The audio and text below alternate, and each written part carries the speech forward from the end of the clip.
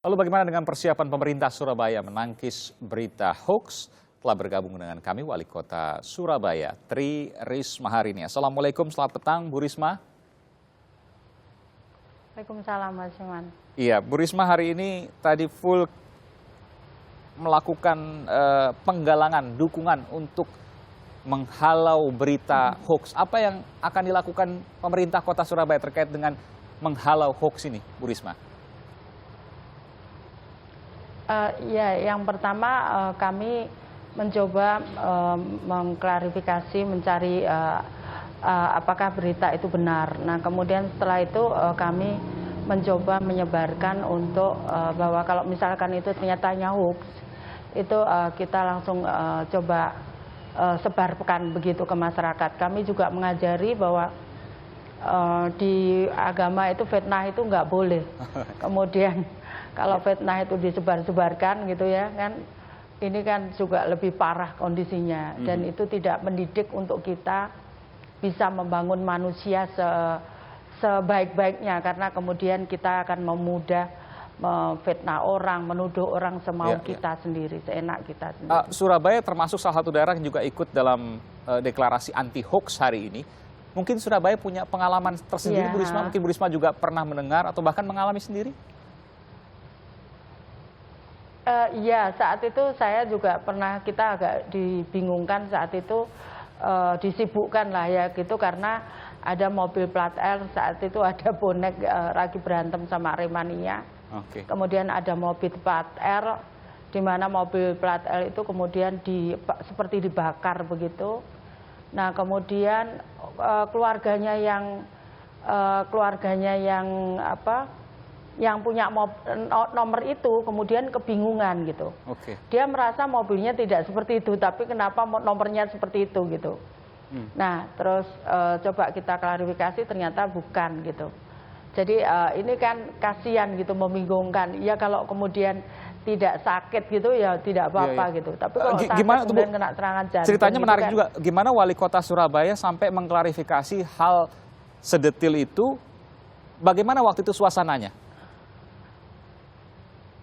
Iya, saat itu terus terang masuk di comment center. Nah, kemudian comment center kami, jangankan manusia, kami kucing pun kami tulung gitu kan kalau masuk ke situ. Nah, nah kemudian kita cari berita, dia sampaikan bahwa mobilnya nggak begini, tapi kenapa plat nomornya seperti ini gitu.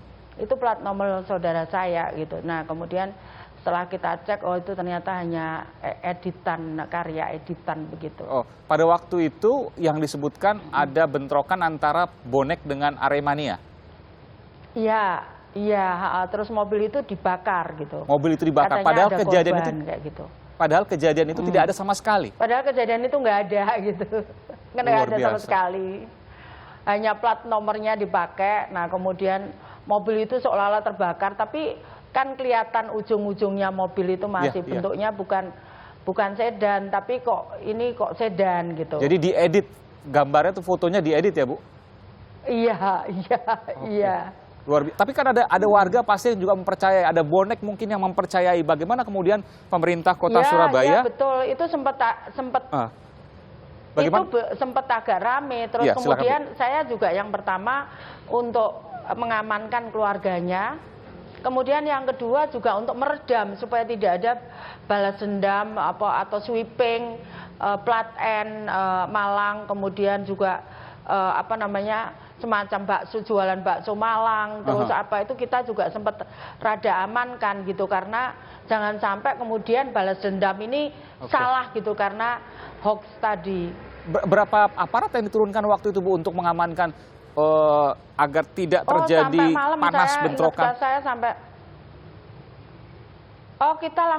langsung turun, saya langsung kerahkan kerahkan staf saya untuk mengamankan itu kurang lebih sampai 1:30 pagi kalau nggak salah. 1:30 pagi? Berapa? Mulai jam 6 sore sekitaran. Luar biasa. Berapa aparat yang diturunkan waktu itu?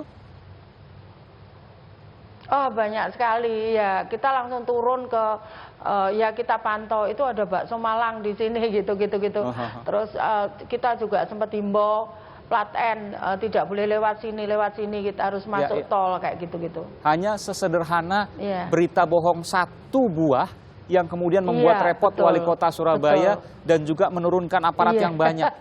Ini luar biasa. Iya. Sudah ketemu sekarang siapa yang menyebarkan hoax itu, berita palsu itu?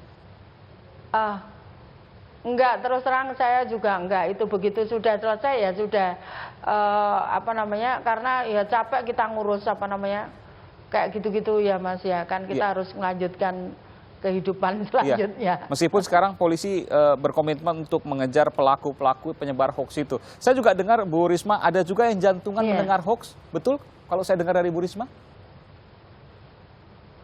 Kenapa Mas? Ada juga orang yang jantungan karena mendengar berita bohong, berita hoax. Saya dengar pengalaman itu Bu Risma juga mendengar hal yang sama.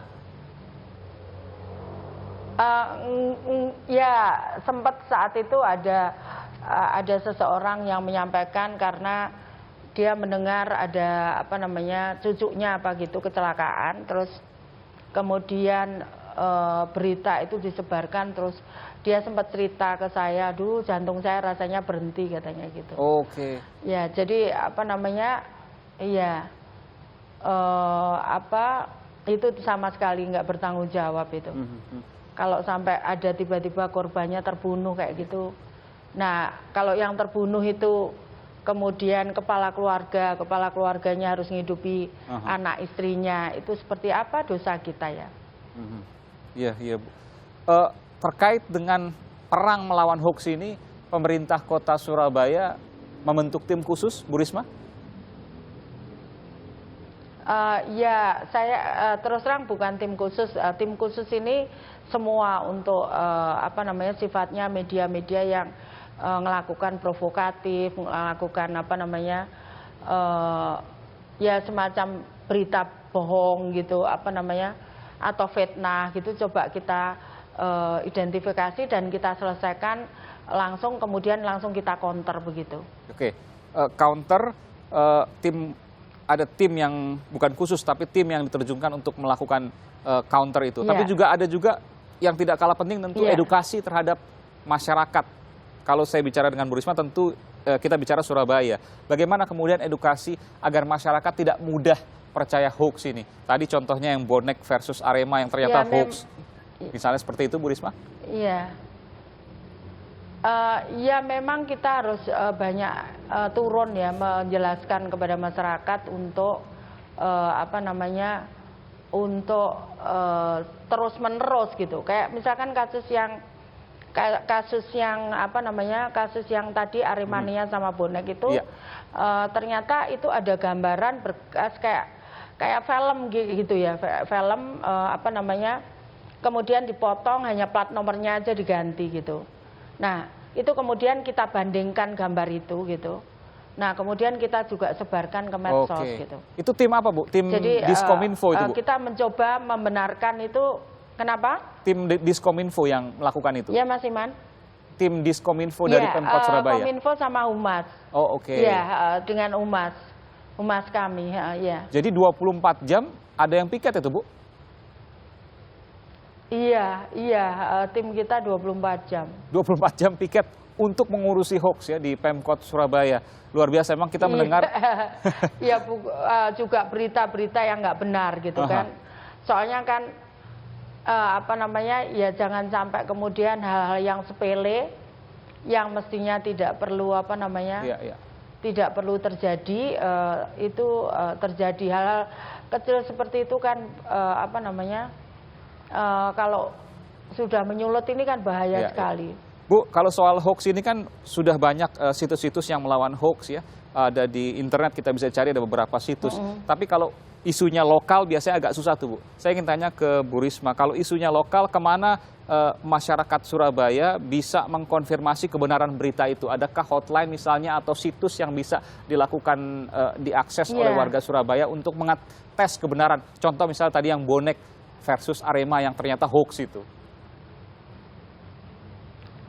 Jadi mereka masyarakat Surabaya biasanya kalau ada begitu lapornya ke Sisirum. Kemudian untuk hal-hal seperti itu langsung dimasukkan ke situsnya webnya Surabaya Go ID. Nah kemudian kita apa namanya kita olah data itu, kemudian langsung kita sebarkan benar apa enggak gitu. Oke. Tapi biasanya masyarakat Surabaya sekarang mulai bertanya sekarang. mulai bertanya dan sudah ada wadahnya untuk bertanya di Surabaya Iya. Go ID tadi dan City Room tadi, Bu ya? Iya. Oke, iya, baik, baik. betul. Baik, terima kasih Bu Tri Risma hari ini, Wali Kota Surabaya, Jawa Timur, Terima kasih, yang telah Mas berbagi Herman. pengalaman terkait dengan berita bohong alias hoax yang terjadi di Surabaya.